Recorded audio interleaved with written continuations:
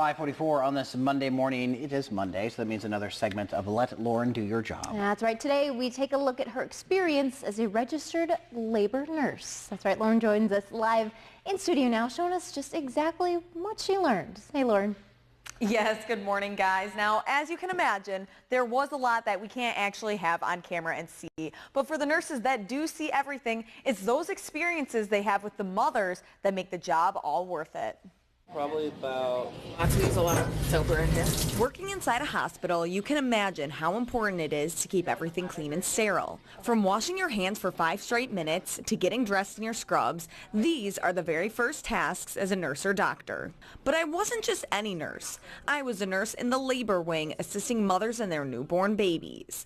When it comes to knowing much about this topic, it's still quite foreign to me as I haven't experienced childbirth myself. So it was time for a crash course in what these registered labor nurses need to know in order to help their patients. Check the mother's vital signs, contraction patterns, and heart rate. Then comes the check of the baby. We hook up, so this is the ultrasound. This is what gets baby's heartbeat. As a nurse, you are constantly monitoring this to ensure both the safety of the mother and the baby. But before it's time for that new baby to enter the world, mom has to go through contractions. And this one is called the TOCO. And this is what monitors contractions. Monitoring contractions helps tell the nurse how far away the mother is from going into labor. This, along with checking to see how far the cervix is dilated, are what tell the nurse when it's go time. But as many mothers know, child labor is not the most comfortable thing to go through. That's why many of them choose to get an epidural. From what I've been told, the mothers that have gotten them say it's 100% worth it. But for those watching, it seems like that may be worse than actually getting it. Do a lot of people pass out? Your dads will pass out. Really? Nursing students pass out. Oh my It's a lot gosh. to watch. And while even some nurses have trouble stomaching parts of their job, they say being a part of their parents' childbirth experience makes it all worth it.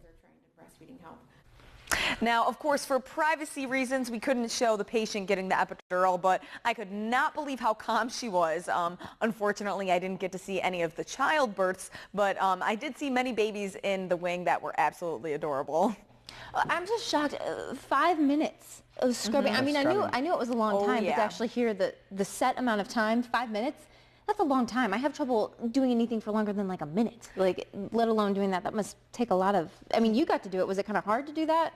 Yeah, and what they do is they have this little tool that kind of goes underneath your fingernails too, just to make sure that those are really clean. Now, they don't have nail polish like I had on my nails, so it's easier for them to kind of see where there is dirt, just to make sure that they are completely clean. They go from fingernails all the way up to just about their elbow, so that is a very important thing. And then when you went into each room too, they had the hand sanitizers. They were all using their elbow, not using their hand, just to make sure that everything was really sterile. Wow. So giving them, I mean, it's a hard job that they do, and I don't think a lot of people really realize that. So, I mean, got a nice look at that. Thank you, Lauren, so much. I like this segment because you get to behind the scenes look at all kinds of different Oh, yeah, I like way that. behind the scenes. All right.